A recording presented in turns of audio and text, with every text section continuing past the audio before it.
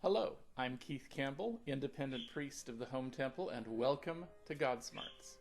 Now, last episode we talked about who wrote the first 5 books of the Bible, and how whoever it was, it probably wasn't Moses. In fact, it probably came from several earlier sources that were put together by an editor. How do we know that? Well, if we read the Bible carefully, we notice a number of doublets in the stories, where the same story is told twice, but with different details. For example, there are 2 creation stories. Man is created in Genesis 1 and then created again in Genesis 2. There are 2 different stories of the flood that seem to be mixed together into one story. More about that later.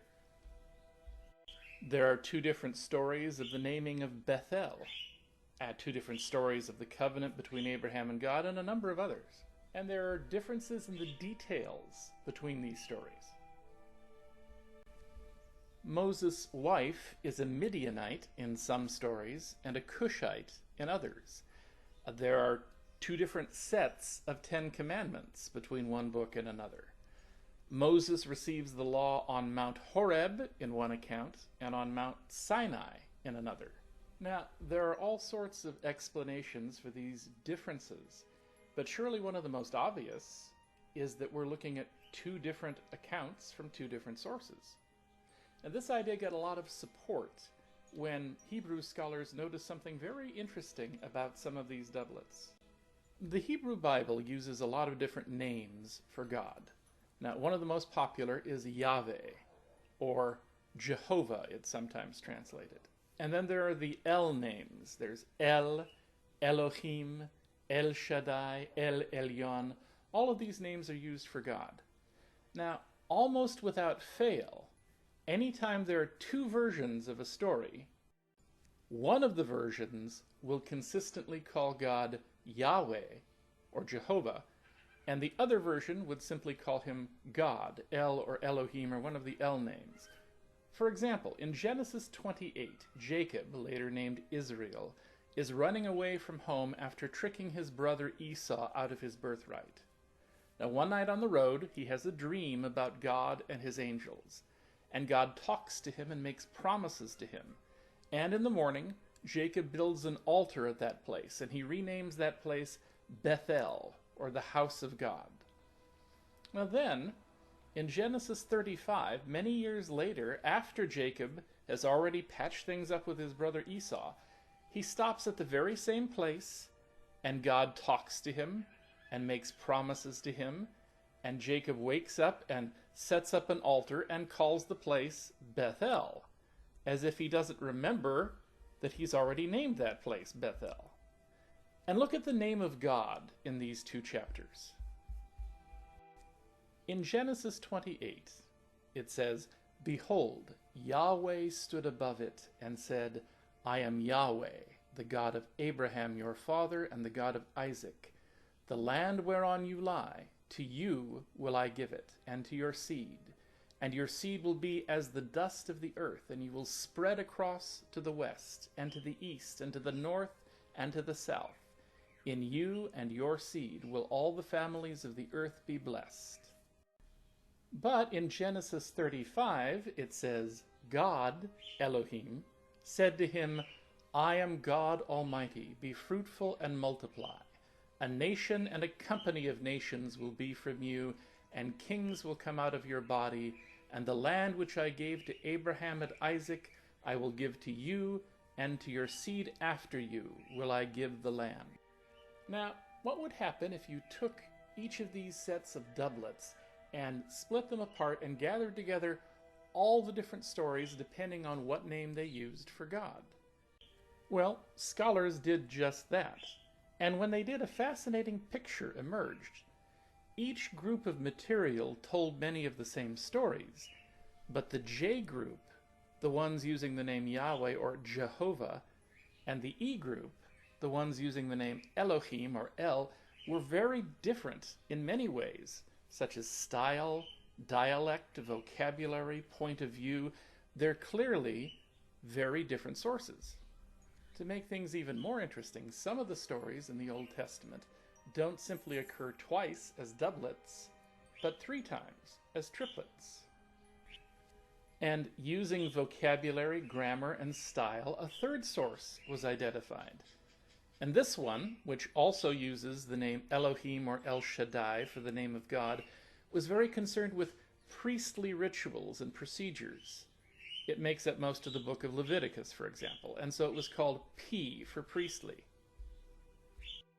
Finally, the book of Deuteronomy didn't fit into any of the categories of the other sources, and so it became a fourth source of its own called D. Now, I want to emphasize that it wasn't just a matter of looking at the name of God that was used to identify these 4 sources. These 4 sources are very different in many respects. Now, here I have a chart of the 4 sources and some of their differences. For example, in the name of God, you'll notice that J and D both tend to call God Yahweh, whereas E and P, it's El, Elohim, El Shaddai. In language, J is in an elegant early Hebrew of the southern dialect, and E is in an elegant early Hebrew of the northern dialect. P is a lower quality later Hebrew, and D is a very elegant later Hebrew. In terms of their heroes, J spends a lot of time talking about Aaron, and many women figure prominently in J. In fact, some scholars have suggested J was written by a woman. With E, it's Moses and Joshua and the tribe of Levi, but in P, it's just about Aaron. Aaron is the star. Again, in D, it's the tribe of Levi and the prophets. And then differences in character. J has a lot of talking animals, supernatural events. God's very human-like. The book of E, a lot of northern cities and places are mentioned. God is also human-like in E. In P, it's all about priestly rituals and lists and laws, and God's very remote. And very important in P, no sacrifice happens until Aaron comes on the scene. He's the first to offer sacrifice. In D, legal reform and simplification is the order of the day. Now, understanding these sources helps us answer a lot of questions. For example, theologians have debated for centuries about why there are 2 different creation stories. Man is created in Genesis 1 and then created again in Genesis 2. Well, when we see that Genesis 1 always calls God Elohim, and Genesis 2 always calls him Yahweh, it becomes clear. These are 2 different stories from completely different sources. Now, the flood story is a very interesting example, because here we have a verse that calls God Yahweh and then a verse that calls him Elohim, and these verses are all mixed together. The name of God changes from paragraph to paragraph.